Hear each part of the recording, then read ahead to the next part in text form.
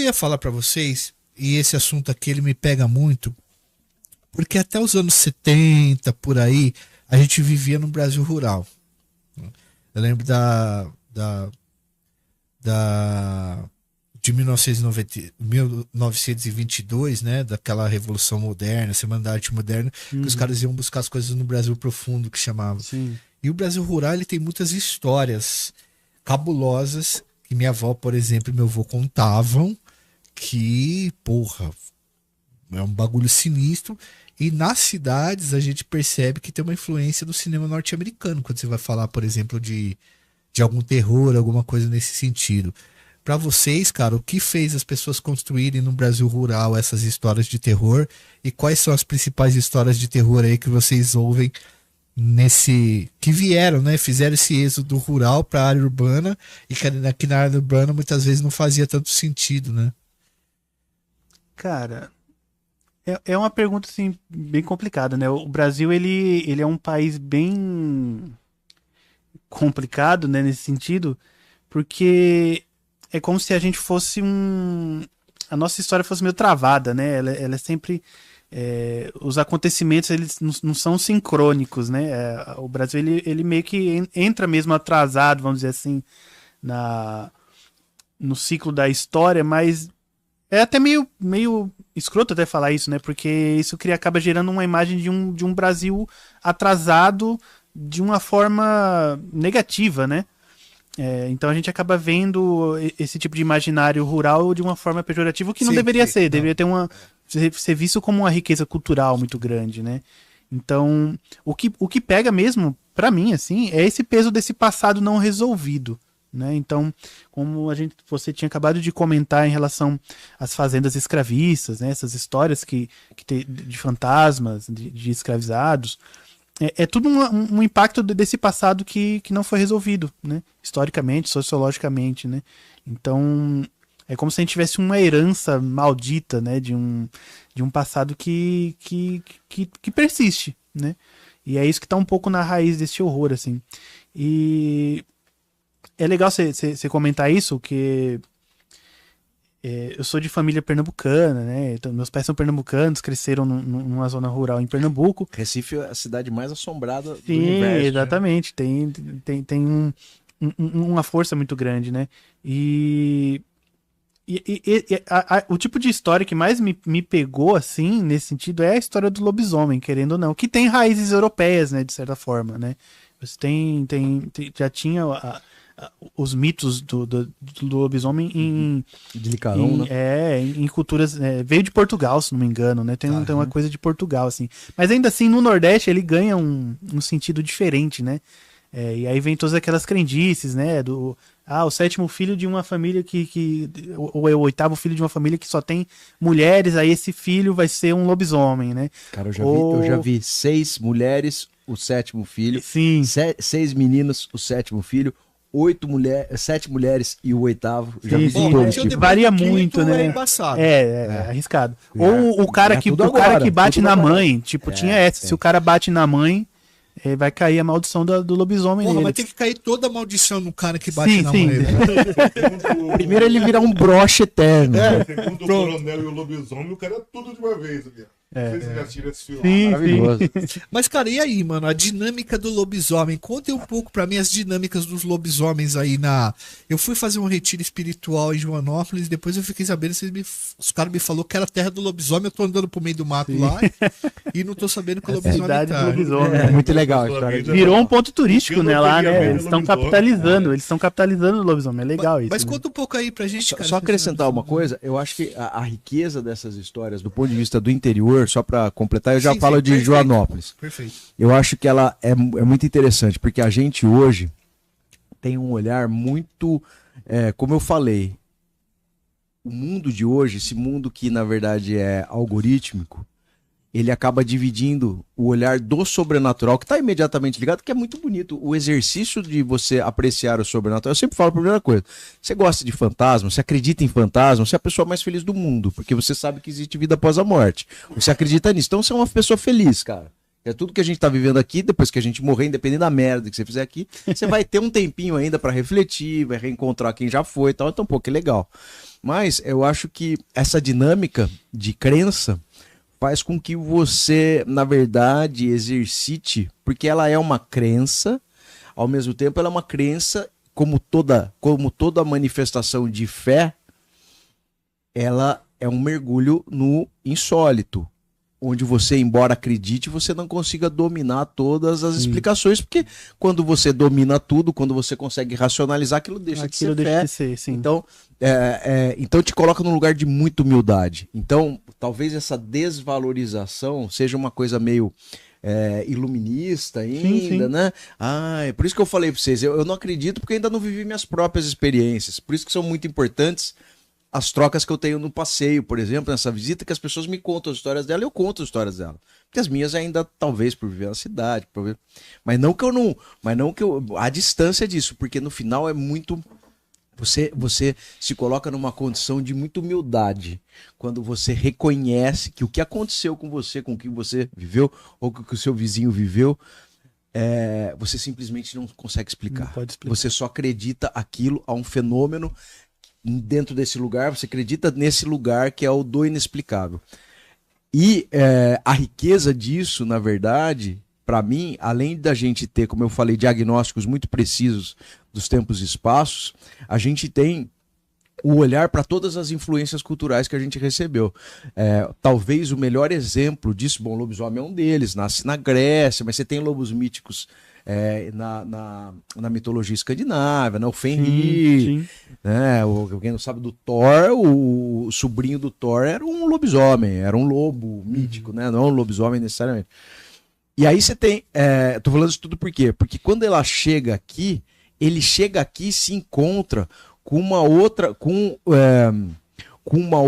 outro repertório de compreensões que fazem o nosso lobisomem se transformar num lobisomem meio próprio. Aqui tinha o capelobo, que não é exatamente um lobisomem, que é um tipo de homem tamanduá, mas que aí você tem as transformações. Ele é secretizado com as coisas aqui. Ele é misturado e é maravilhoso. Tem um cara que eu adoro, assim, o Andreoli Costa, que é um super folclorista, tá? Ele é do Mato Grosso, ele é um especialista em saci. O saci tem muito disso. Legal. Saci tem o Yaci Yaterê, que é um dos sacis primordiais, né? Que é loiro, branquinho, de olho azul. Tem muito no Paraguai, tinha o Yaci Yaterê, que é meio que um fiscal da cesta, a tarefa do Yaci, que ele passava nas aldeias para ver se as crianças estavam dormindo depois do almoço. Tamanha era a importância de você ter a cesta. As crianças que não estavam dormindo, ele levava pro irmão dele, que era o Au-Au, que era antropófago, então ele podia se alimentar das crianças ou transformar elas em feras. E aí o que acontece? O Saci, quando tem um contato com os europeus, ele já ganha uma outra conotação, ele se mistura um pouquinho com o duende. E aí quando ele se encontra com as comunidades negras, ele vira o próprio Exu. Então ele fica preto, ele anda com o cajado, ele anda com as cores com a indumentária do Exu. Tem uma picardia muito grande de sua personalidade, quer dizer, a gente sabe que o Exu não é demônio, tá, gente? Só pra avisar, assim, sei que vocês devem falar isso de vez em quando aqui. Não, eu não sou da Umbanda, eu tenho muitos santos e, assim... até vou explicar pra você, Thiago, que é interessante, depois, desculpa, mas aí você conclui. Assim, eu sou tão sincrético também nisso, que é o seguinte, eu tenho o São Miguel Arcanjo, eu tenho o São Jorge, eu tenho a Bíblia Sagrada, uma pistola, não, pistola não tem, mentira, não pode ficar lá aqui. E eu tenho a guia. Você tem essa guia de azul de São Jorge, de Ogum, mas então é o Ogum do Candomblé. É todo mundo. Lá em casa tem dois tipos de Ogum. Tem o Exu Pinga Fogo, que eu boto pinga também, que batiza pinga e cruza guia. Por quê? Quem tiver de plantão no dia, faz a defesa, acabou. Porque eu precisava conectar com a minha espiritualidade, que tava faltando isso. Malandro, eu fui catando santa pra tudo quanto é canto que eu achava que era que era interessante e meti o louco, entendeu? Eu não tenho essa caixinha dessa legal forma. pra cacete. Isso aí é legal pra caramba. Sim, sim. Eu tô falando dessa coisa da regionalidade, porque, desculpa trazer os... Eu tenho um livro que eu contei as histórias dos milagreiros de cemitério de São Paulo. Nossa, muito louco. Que eu fui em todos os cemitérios públicos, depois das concessões, procurando um milagreiro de cemitério, que conecta muito a isso, com a ideia da espiritualidade regional, mais do que a religiosidade e espiritualidade. Mas só pra fechar o papo do interior... essa riqueza da mistura tá imediatamente conectada aos nossos personagens. O lobisomem é um desses. Para mim, o mais legal de todos é o lobisomem, Sim. cara. O lobisomem é incrível. Também estou escrevendo um livro de lobisomem, claro, não é autoral, não é uma história, mas são vários componentes que eu estou trazendo a história do lobisomem. Arquetipicamente falando, o lobisomem é uma figura que eu gosto muito porque ela parece... Primeiro porque ela é um ser que está muito conectado à figura masculina. Sim. A gente tem pouquíssimas histórias. Tem histórias de mulheres que se transformam em outros bichos. Eu encontrei julgamentos, tal. Alguns lobisomens, mas elas são sempre convertidas à bruxaria. Nunca à licantropia, que há muito tempo é considerada uma patologia psiquiátrica. Licantropia? É uma condição psiquiátrica que a pessoa, em certas circunstâncias, acredita que se transforma em lobo. Sim. Tá. Então, ela é uma... Inclusive, eu achei um monte de julgamento na França. Claro, foram todos para fogueira, né? Eles confessaram a licantropia e foram todos para fogueira. Encontrei o Lupo Manaro. Lupo Manaro é o lobisomem italiano. Tem uma história de Lupo Manaro, que eu peguei, que vai estar nesse livro, que é uma história de Lupo Manaro depois do pós-guerra. Então não é tão distante assim. O cara que atacava na Vila Borghese, que uivava, caso de licantropia. Então, o lobisomem, para mim, ele tem, além de ter essa construção arquetípica muito conectada ao homem, e especialmente um tipo de absolvição daquele instante de violência. Veja que a violência promovida pelo homem, ela é instintiva, ela não é racional, ela é quase sem querer. Você se transforma numa besta em instantes de metamorfose. E a mulher não. A mulher, ela é ardilosa na violência dela. Então ela usa seus artifícios sedutores para os homens e vira bruxa. Mesmo a mulher que virava lobisomem, ela tem um outro tipo de julgamento. Ela tem um julgamento de bruxaria. Então, e vem pro Brasil, que é um componente interessante. Estou falando do encontro, né, do horror com o dogma religioso. O Brasil, por exemplo, lobisomem, que, nasce na Grécia, não existia Cristo quando nasce o lobisomem. Né? Eles eram politeístas, era o Zeus que transforma Licaão. Você sabe mais ou menos a história? Não. Se você quiser me corrigir, pelo amor de Deus. Não, pode. Mais ou menos, só para ser rápido, a história do primeiro lobisomem. O primeiro lobisomem, isso dá um corte bom. Pode Primeiro cortar. lobisomem, Licaão. Licaão era um rei do reino de Arcádia. E ele vinha sucessivamente violando uma lei que chamava Lei da Hospitalidade. E consistia mais ou menos no seguinte: todo mundo que chegasse ao seu reino devia ser tratado vindo de boa fé, devia ser bem tratado. E o Licaão era um rei muito popular e ele matava todo mundo que chegava no reino dele. Essa história chegou para o Zeus. Zeus vai até Arcádia, fantasiado de peregrino. Chegando lá, o Licaão olha e fala: pô, quem que é esse cara? Vou matar esse arrombado aí.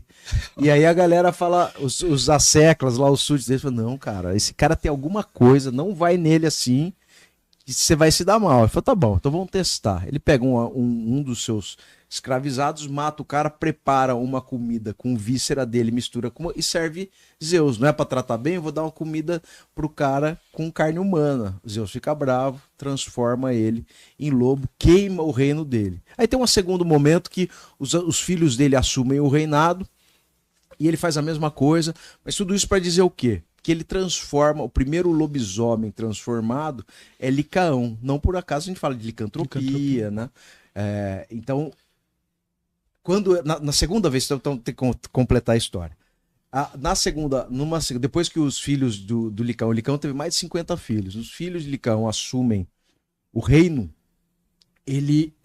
o filho, o 01 lá dele que assume, começa a fazer a mesma coisa que o pai. Zeus bota a fantasia de novo, vai lá e ele faz a mesma coisa, só que dessa vez ele mata um irmão dele, o Nictimo, mata o cara, serve o Zeus, mesma coisa. Só que dessa vez ele transforma todos os filhos de Licaão, preserva só Calisto, que era a filha, que era a linda filha de Licaão, preserva ela, porque o Zeus, porra, Zeus, né?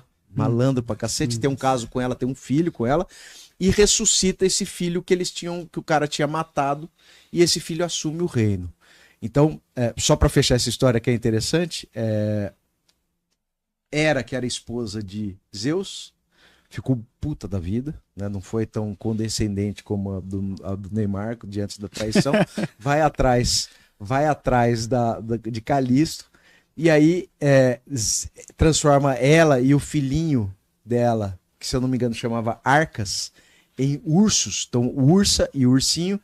E aí Zeus, para imortalizar sua amante, para dar uma amenizada na situação, já que Hera tinha transformado ela em urso, transforma os dois em constelações, Ursa Maior e Ursa Menor. Então a história de Ursa Maior e Ursa Menor está conectada com a história do lobisomem. Quando é que isso começa a vir? Isso começa a ocupar a Europa, muito conectado ainda com essas histórias, com essa conexão, inicia-se uma conexão com o cristianismo que nunca houve. Tanto que você vai ter bala de prata na besta de Givaudan. Não tinha bala de prata antes da caçada da besta de Givaudan. Já ouviu falar? Tem um filme legal que chama Pacto dos Lobos. Já viu esse filme? Que é a história da besta de Givaudan. Né? Não sei, é um filme francês. Não. Você já viu esse filme? Não. Muito interessante, que é o Pacto dos Lobos, é a história da besta de Givaudan, que na verdade ninguém sabia direitinho. Mas a história da besta de Givaudan é interessante, porque a Europa, a França, tem muitos casos na França, na Suíça, naquela região da Alemanha, um monte de casos de lobisomem nessa época, alguns de licantropia, alguns de licantropia essa clássica, né, essa assídia aí psiquiátrica, outras de metamorfose mesmo, canibalismo. E porque é engraçado, a gente precisa contextualizar também, não ver só de longe, né, à distância, porque era uma época de escassez de comida também. Então, a história de João e Maria, você pode explicar melhor, a história de João e Maria é terrível, são pais que não conseguem cuidar dos filhos e levam eles pra floresta e pra largar lá pra eles não verem os bichos matarem as crianças deles. A história dos irmãos Green, é dos Green? Sim. Né? Então, assim... que a Disney vai romantizar isso aí depois. Os próprios Green dão uma amenizada, né? Porque essa porque é muito pesada. É muito pior ainda. Sim. Tá muito pior. Então, assim, esse era um período de escassez de comida, tanto que um dos, acho que é Gilles Grenier, ele fala que ele, numa época de escassez, que é tudo meio parecido os nomes, Jean Garnier, Gilles Grenier, agora eu não lembro qual deles, mas um desses casos que são emblemáticos de julgamentos de lobisomem, o cara fala que ele tá andando numa floresta procurando o que comer, encontra uma entidade da floresta que entrega uma pomada para ele. Fala assim, ó, você tá caçando porque você não tem habilidade de caçar. Uma época de escassez tremenda de alimento, ele fala, passa essa pomada que você vai virar um grande caçador. Só que o cara não sabia que passando a pomada ele viraria um lobo. E ele passaria a caçar tudo que ele visse na frente. Qual que era a presa mais fácil? Um homem grande, armado? Não, uma criança, uma mulher, uma adolescente. Então tá muito conectado a isso. Então começam os primeiros sinais de que o lobisomem talvez seja uma criatura diabólica. Então as soluções começam a ser aquelas que eram utilizadas para figuras que tinham contato com o demônio. Então, depois do julgamento, desmembramento era muito comum e queimar, incinera, não tem papo. Camarada, você que assistiu o nosso corte, por favor, deixa seu like, se inscreve nesse nosso canal e ativa o sininho para ajudar a gente a fazer mais conteúdos como esse aqui.